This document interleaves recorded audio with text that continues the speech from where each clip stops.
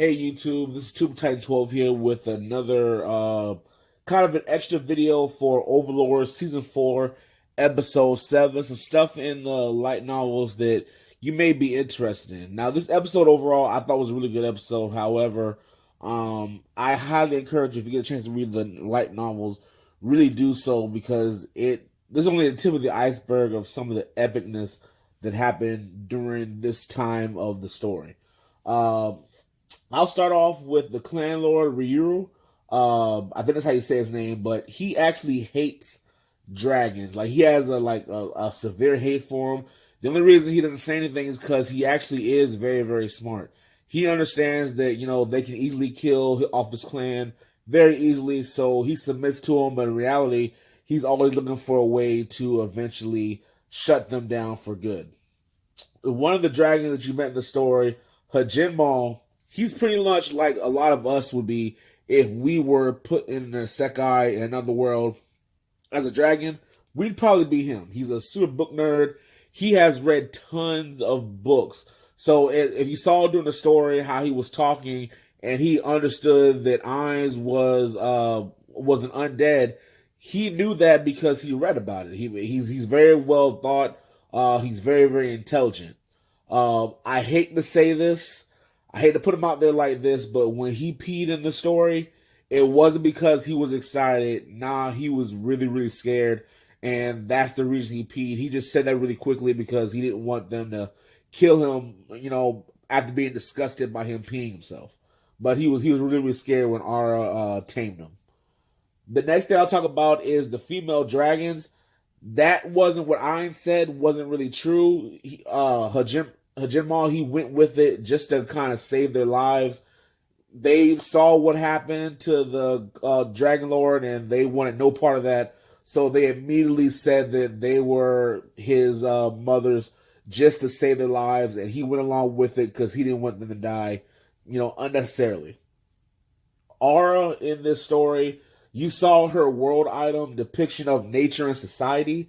There is so much. I encourage you to read about it, but this is one of the best world items. Ainz has them walking around with world items because he doesn't want them to fall under the same spell as Shalltear.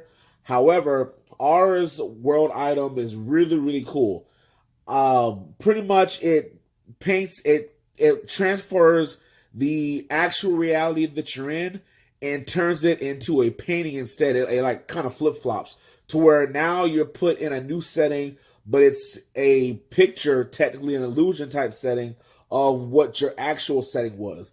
Now within this type of nature and society, R is able to put the various effects into play. Like you can put you in lava, but the crazy power skill of it is she can make it to where only the enemies are damaged by the lava, but herself and anybody within her party would be perfectly fine. She can set those parameters up. Now, this is kind of a busted world item, so one of the things that is possible is there'll be a random exit that will show up depending on what stage or decides to use for this world item. And once the exit shows up, if the enemy is able to find the exit and escape alive, they will then gain possession of that world item. That's how Ainz got this item in the first place.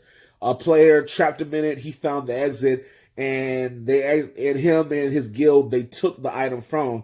They complained about it. They wanted it back, but hey, they lost it fair and square. So that's how he actually got the world item in the first place. What they did in the volume, what they didn't tell you in here, is those Hanzo type ninjas that Ainz has.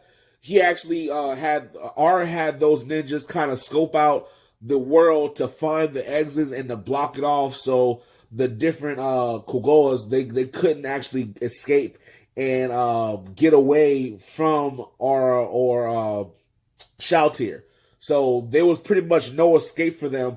Once they were in that world, it was pretty much a wrap. Whatever they wanted to have done, it was going to happen, and yeah, she was pretty much they pretty much shut it down from there. Last thing I'll say is the anime made Shalltear and Aura seem very, very straightforward, as if they were all business. But the way I read it, it was very, very sinister. They had like a evil grin on their faces when the clan leader decided to ask them about how strong they were, and I really feel bad for the dude, man. I mean, Riru, he was just trying to check their strength.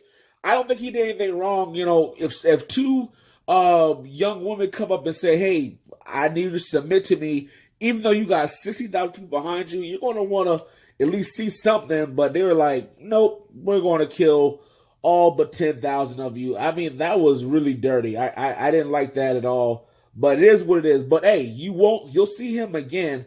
And something left out in the well, I won't spoil that, but I'll kind of hint at something here. You're gonna see this character again, the Clan Lord.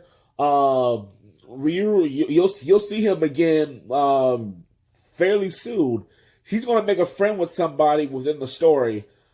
If you think you might know who it is, leave a comment in the comment section. But thank you for listening to me ramble. I do this all in one take, by the way. I'm not the kind of person who likes to record and chop up stuff.